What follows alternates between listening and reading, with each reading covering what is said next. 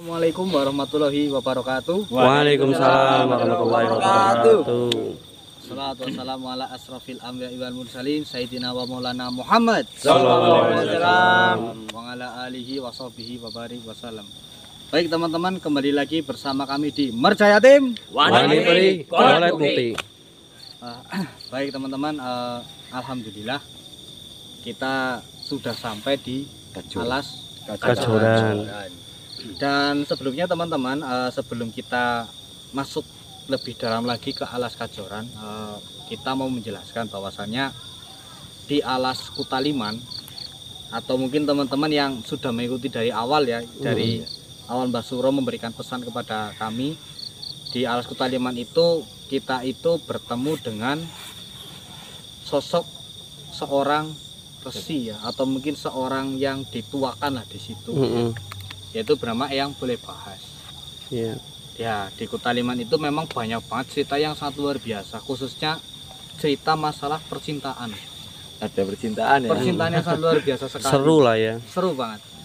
Di alas Kutaliman itu menjelaskan bahwasannya ada seorang adipati di Kutaliman. Yaitu Kutaliman adalah kuta atau kota, liman itu adalah gajah atau kota gajah. Karena si adipati ini mempunyai pasukan, yaitu pasukan gajah. Singkat cerita, si adipati ini kan mencintai seorang putri ya, atau Dewi Lindri. Ya boleh dikatakan putri ya, sebenarnya orang biasa ya, cuma dia itu mempunyai paras kecantikan yang sangat luar biasa. Kembang desa lah boleh dikatakan. Nah, sang adipati sangat mencintai si Dewi Lindri ini. Beliau itu berniat untuk meminang Mempersunting ya. Dewi Lindri atau mempersunting ya. Cuman sangat disayangkan itu diculik oleh si Rekawana, yaitu adalah Raksasa. seorang buta ya yang sangat bengis banget, seorang yang sangat jahat banget. Si Dewi Lindri itu diculik. Yang sangat disayangkan ya, singkat ceritanya itu si Dewi Lindri ini bukannya dinikahi, malah hanya dijadikan sebagai pemuas nafsu si Rekawana. Sampai punya keturunan. Sampai punya keturunan, yaitu Senggono Murti. Nah, lalu singkat cerita kami diutus oleh si Eyang Boleh Bahas untuk meluruskan si Rekawana ini. Nah, setelah kita menghadapi si Eyang Rekawana ini, dan alhamdulillah beliau sudah bertobat dan sudah mu'alaf atau sudah masuk Islam. Dan si Dewi Lindri dan sang adipati ini ternyata mereka berdua ini sudah sangat saling mencintai Dari dulu ya. dari dulu. Si Dewi Lindri ini memang mencintai si sang adipati, karena memang tidak dipungkiri sang adipati ini memang mempunyai rupa yang boleh dikatakan itu sangat gagah banget lah, ganteng banget. Pada masa itu boleh dikatakan seorang laki-laki pada masa itu yang benar-benar sangat perfect lah ya, sangat sempurna. Itu memang sang adipati memang sosok yang sangat sempurna sekali, sudah gagah, ganteng, sangat bijaksana, Dan ondreng-ondreng mestinya. dan ondreng apa? Lanangnya jagat sih. Punya pasukan gajah, Punya jabatan ya. punya jabatan. Nah, Alhamdulillah sudah ini ya, bersatu ya. Dan akhirnya si Dewi Lindri dan sang adipati dapat bersatu. Alhamdulillah. Alhamdulillah. Lalu si anaknya ini, jadi anak si Rekawana dan Dewi Lindri ini, si Senggono Murti ya, yang jahil waktu itu menyesatkan kita, alhamdulillah juga sudah mu'alaf, sudah masuk Islam dan sudah bertobat. Sudah ketemu sama Dewi Lindri ya, Sudah sang ketemu ibunya. sama ibunya, dan juga sudah bareng sama sang adipati juga. Dan kemarin juga kita kasih pesan supaya walaupun sang adipati ini bukan ayah kandung dari si Senggono Murti ini, diharapkan juga si Senggono Murti harus menghormati sang adipati layaknya seorang ayah kandung. Karena kalau sampai durhaka sekalipun itu ayah, boleh dikatakan tiri lah ya, Ya sambung. bisa dikatakan itu nanti bisa dosa besar juga, begitu teman-teman. Dan untuk di alas Kajoran ini langsung saja ya kita masuk, dan bismillah, semoga diberi keselamatan ya teman-teman. Iya. Ayo masuk langsung. Yo. Bismillah. Bismillahirrahmanirrahim.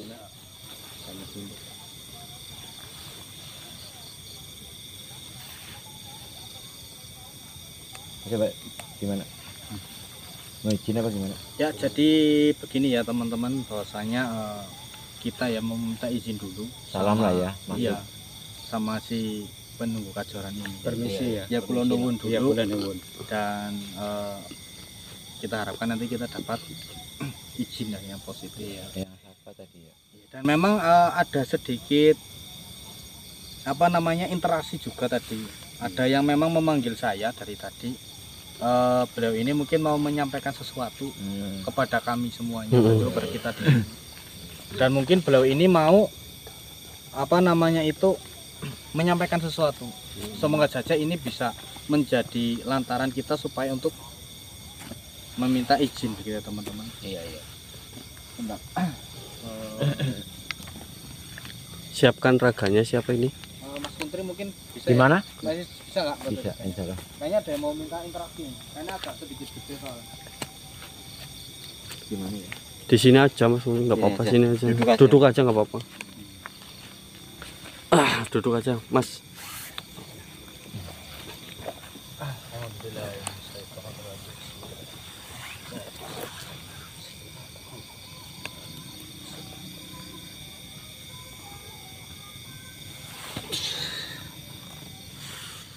Assalamualaikum warahmatullahi. Waalaikumsalam warahmatullahi wabarakatuh.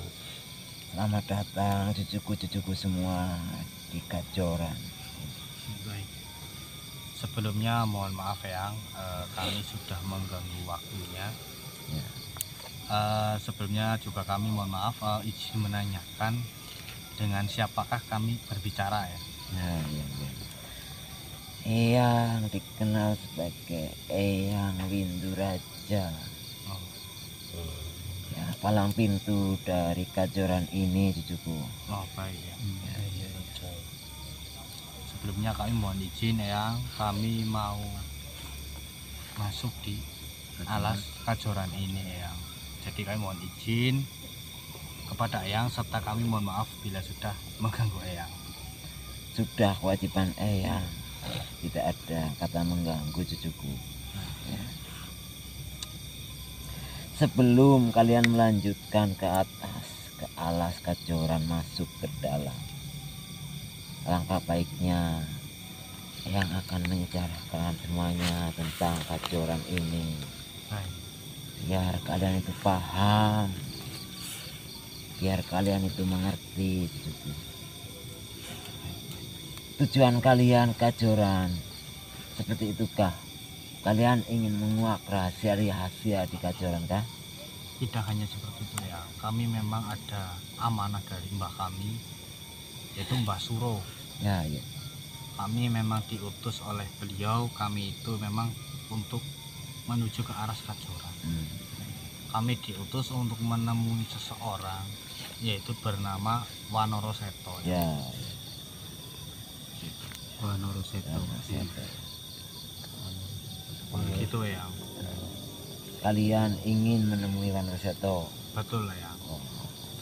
Dan bila berkenan juga kami juga mohon izin untuk meminta izin ya, Sejarah, atau minta tahu sebenarnya sejarahnya alas Kajoran itu bagaimana.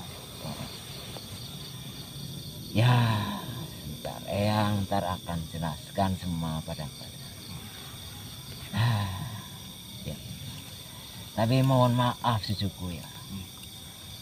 Eyang biasa pakai udut cucuku, tidak mau mencerahkan apakah kalian ada yang membawa. Oh, rokok. Oh yang filteran atau yang kretek ya?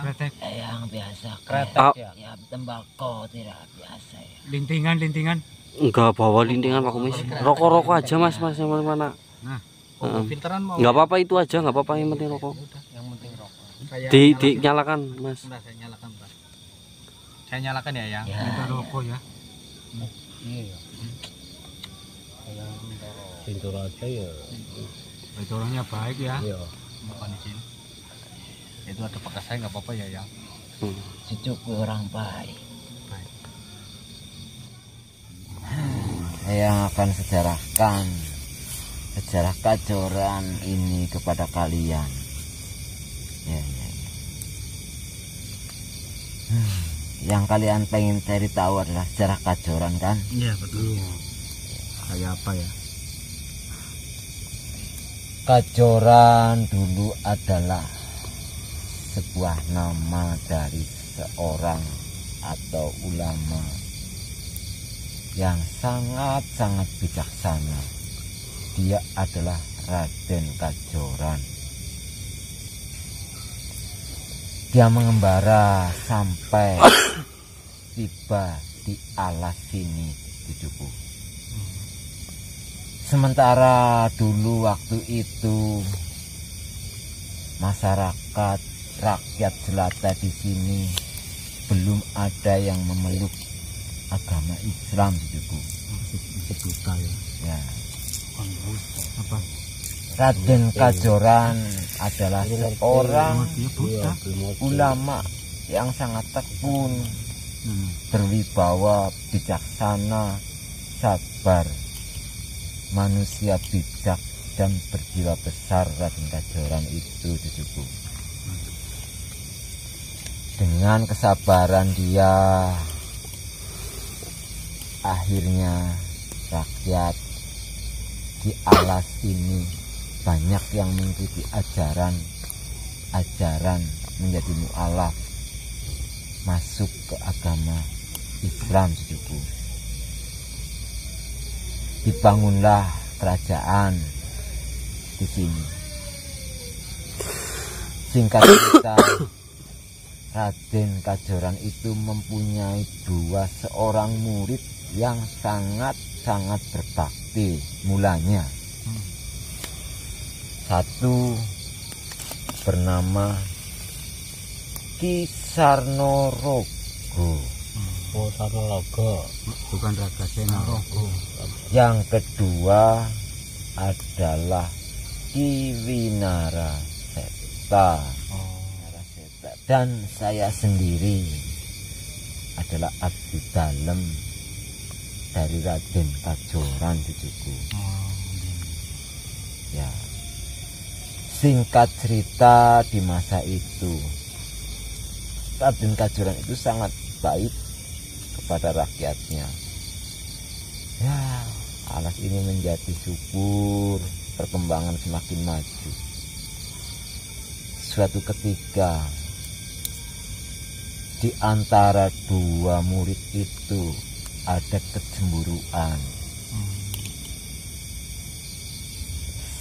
Si Sarnorogo itu mempunyai pikiran yang picik, iri, dengki, dan dia ingin menguasai kerajaan itu.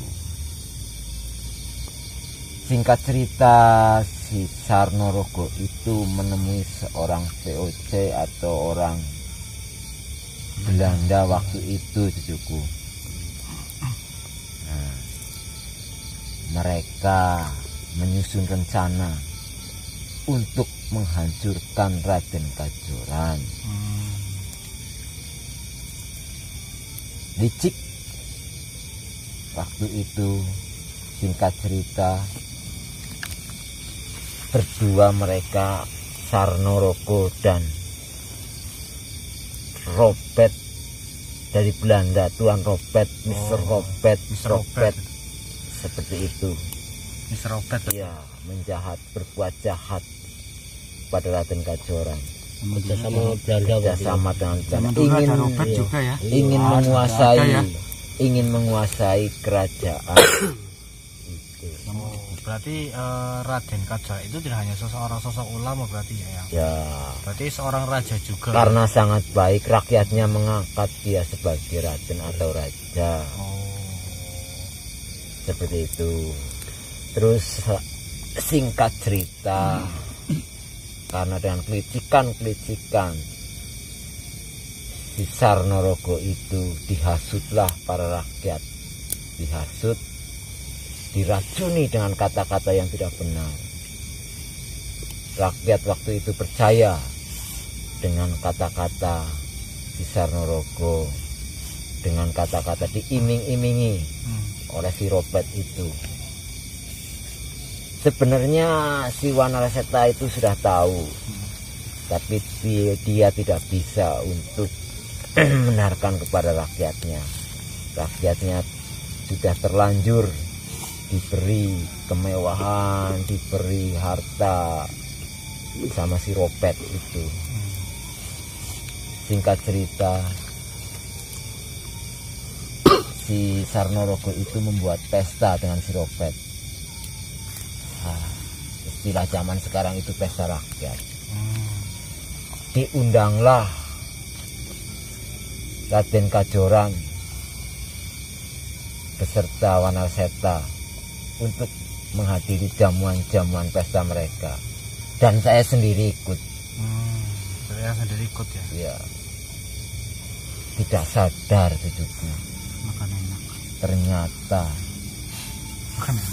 Raden Kajoran diracun cucuku. Astagfirullah. Jahat banget ya. Diracun. Mati bagus. Ya, disitulah Raden Kajoran pupus dan tidak bisa melanjutkan kisahnya lagi karena Raden Kajoran itu meninggal cucuku di situ.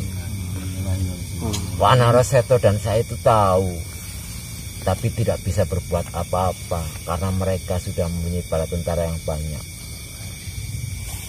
Singkat cerita, saya dan Wanaraseto itu menyusun rencana untuk mengembalikan Kajoran ini. Ya, Mohon maaf Eyang, ya. karena kita pencahayaannya sudah mau redup.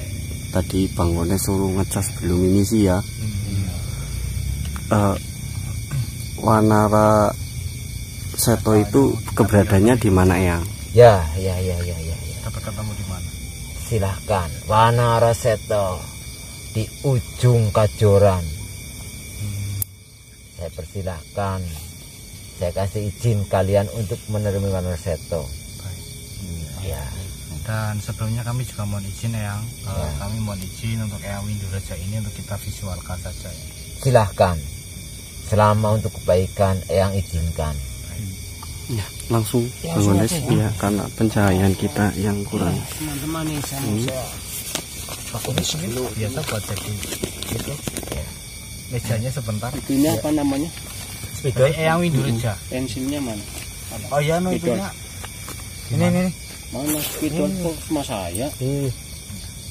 Sebelumnya juga kami mohon izin Eyang, kami untuk mungkin nanti kita untuk bermalam di sini. Tidak apa-apa cucuku. Sebelum kita melanjutkan perjalanan ke puncak alas Kajoran ini. Yang bener. Ya. Mohon maaf tidak dapat kita visualkan ya untuk obrolan kita sama Eyang Windureja. Tadi keputus ya? Keputus ada masalah, jadi lampunya tiba-tiba konslet itu ya. Oh iya. Jadi ini kita langsung saja ya kita tampilkan penampilan dari Eyang Windureja. Visualnya ya. Visualnya berarti memang sosok ulama yang karismatik. Gagah ya. Ya, dia itu murid dari Raden Kajoran yang merupakan sosok ulama. Dan beliau ini merupakan abdi dalem dari si Eyang Kajoran atau Raden Kajoran itu sendiri. Tadi ceritanya belum putus, udah nggak kuat lampu. Udah nggak kuat tadi, ada konslet sedikit di lampu, ada sedikit berasap tadi. Tak kira baterainya habis tapi berasap. Jadi nanti kita harus perbaiki lampu dulu dan mohon maaf kita tidak dapat melanjutkan perjalanan dulu. Jadi kita terpaksa harus bermalam dulu di sini. Dan untuk kelanjutan ceritanya nanti dapat kita sambung besok sembari kita memperbaiki lampunya terlebih dahulu. Begitu ya. Oke. Untuk tenda sudah dibawa ya tadi Sudah, ya. Sudah beres. Oh ya, sama kalau penonton tadi dengar ada suara-suara kayak radio itu, tadi suara radio Banggones di tenda belum kita matikan Bang. Belum dimatikan Iya, tadi. jadi kalau mengganggu syukur sih enggak, syukur-syukur. Ya. Iya, begitu ya teman-teman. Dan Ini lanjut saja. cahaya nanti sudah kita lanjut enggak. besok. Mantap, Yuk, percaya. terima kasih. Mantap. Assalamualaikum. Assalamualaikum warahmatullahi wabarakatuh.